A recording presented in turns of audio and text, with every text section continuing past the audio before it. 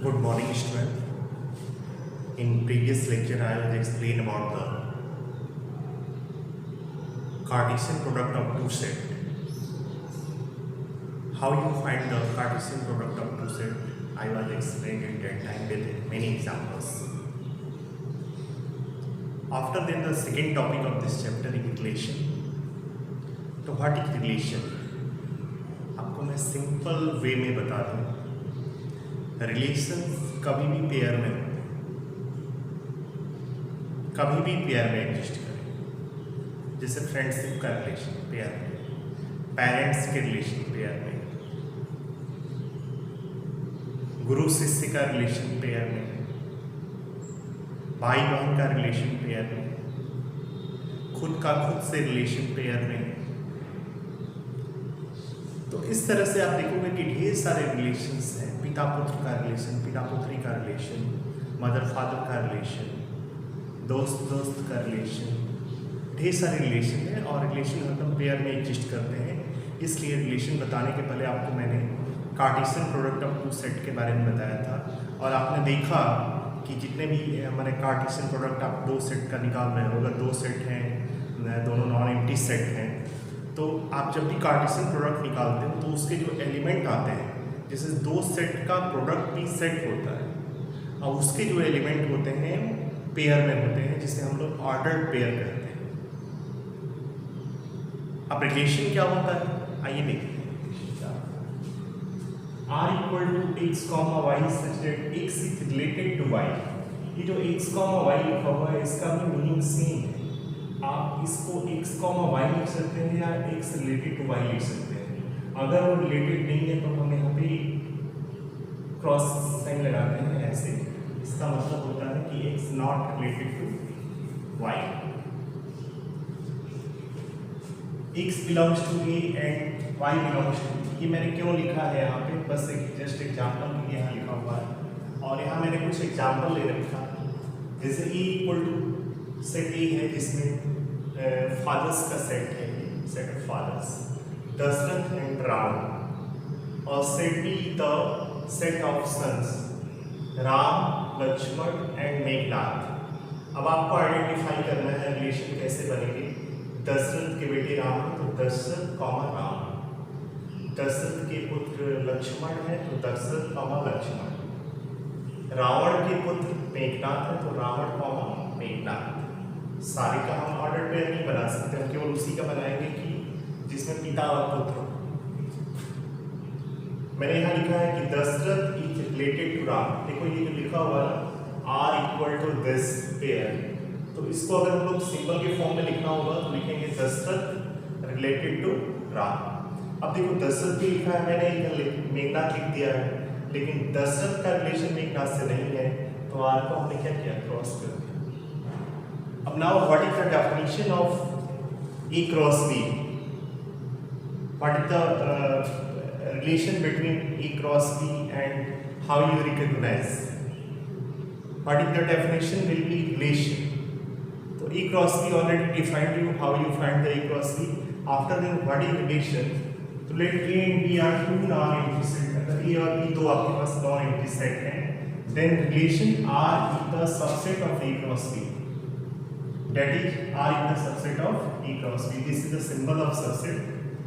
Previous lecture I was in chapter first.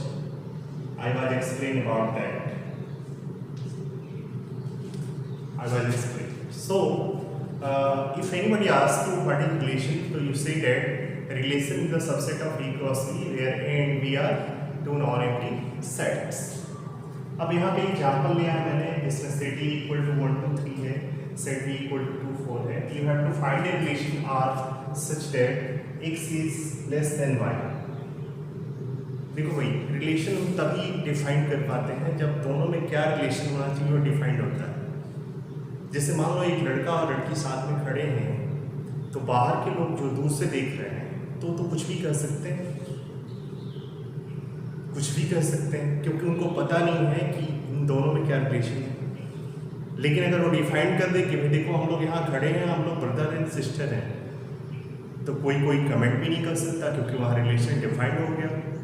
तो जब तक रिलेशन डिफाइंड नहीं होगा आप रिलेशन को रिकॉग्नाइज नहीं कर सकते। तो यहाँ पे रिलेशन डिफाइंड है कि जो पेयर आएंगे वो कैसे होंगे, एक छोटा होगा y से, और r आपको ऐसे कंडीशन डिफाइन करना है कि जब x छोटा हो y से, if r equal to x, y such that x belongs to a and y belongs to। तो आप जब भी रिलेशन निकालोगे कैसे निकालोगे, सबसे पहले आप a क्रॉस b निकालो। a क्रॉस b मैंने ऑलरेडी एक्सप्लेन किया हुआ है कैसे निकालते हैं, बराबर कर दे रहा हूँ। पहले सेट a को लिखा आपने, इसको कर्ली ब्रैकेट के अंदर रखते हैं। सेट b को लिखा आपने, ये भी कर्ली ब्रैकेट में है। जब a क्रॉस b निकालते हैं तो ये भी कर्ली ब्रैकेट में ही निकालेंगे क्योंकि ये भी सेट होगा। तो ये एलिमेंट हो गया a का, ये b का हो गया। उसके बाद आप मल्टीप्लाई करना शुरू करो 1, 2। इसका मल्टीप्लाई थोड़ा डिफरेंट तरीके से होता है, कर्ली ब्रैकेट मैंने लगा दिया है। 1 का मल्टीप्लाई 2 से हुआ तो क्या लिखा जाएगा 1, 2 और ब्रैकेट में आ जाएगा। फिर 1 का 4 से 1, 4, फिर 3 का 2 से, फिर 3 का 4 से। इस तरह से आप मल्टीप्लाई कर सकते हैं। तो देखो 1, 2, 1, 4, 2, 2, 4,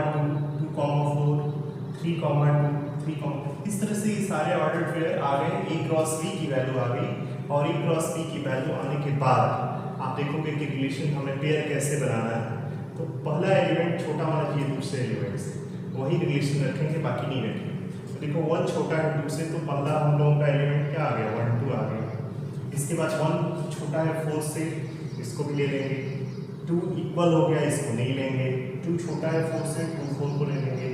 3 2 नहीं हो सकता क्योंकि बड़ा हो गया x y से। 3, 4 ले लेंगे इसलिए कि x छोटा है y से। तो इस तरह से जो हमारा रिलेशन आया वो आ गया r equal to curly bracket of order pair 1, 2, order pair 1, 4, order pair 2, 4, order pair 3, 4। इस तरह से आप रिलेशन कोई भी फाइंड कर सकते हैं।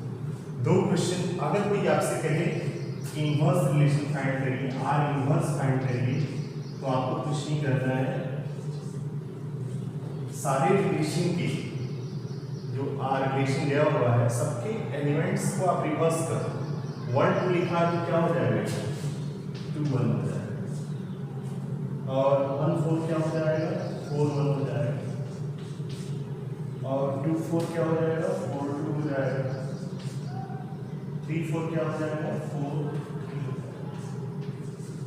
तो इस तरह से आप r इनवर्स भी फाइंड कर सकते हैं। इसको करते हैं हम लोग इनवर्स रिलेशन। क्या करते हैं इनवर्स रिलेशन। तो इस तरह से आप इनवर्स रिलेशन भी फाइंड कर सकते हैं। अब मैंने यहाँ 2 क्वेश्चन आपके लिए होमवर्क दे रखा है, a की वैल्यू दी हुई है, b की वैल्यू दी हुई है। एक रिलेशन फाइंड करना है जिसमें x बड़ा या इक्वल हो y के, और r जो होगा वो ऐसे लिखा जाएगा x, y second, x belongs to a and y belongs to b। तो इस तरह से आप क्या करना,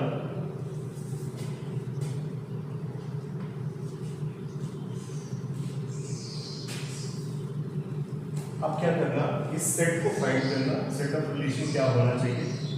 ये जो रिप्रेजेंटेशन करने का तरीका है आपको पता है, ये सेट रोस्टर फॉर्म में, रोस्टर फॉर्म में आपको लिखना है। ये क्वेश्चन नंबर 2 देखो, आप इसमें क्या करोगे, सेट को पहले सेट रोस्टर फॉर्म में, रोस्टर फॉर्म में कन्वर्ट कर लोगे। ये सेट रोस्टर फॉर्म में मैंने लिख दिया है, इसमें क्या आ जाएगा 0, 1, 2, 3 आ जाएगा। यहाँ लिखो आप x बिलोंग्स टू ताकि कंफर्म रहे। आपको रिलेशन कैसा फाइंड करना है, इसमें x प्लस y दोनों पेयर की जो वैल्यू सम करने के बाद वो 6 आए या 6 से छोटा हो। तो इस तरह से ये क्वेश्चन आपको करना है। इसके बाद हम लोग डिस्कस करेंगे how you recognise the domain and range of the relation. Thank you, that's it.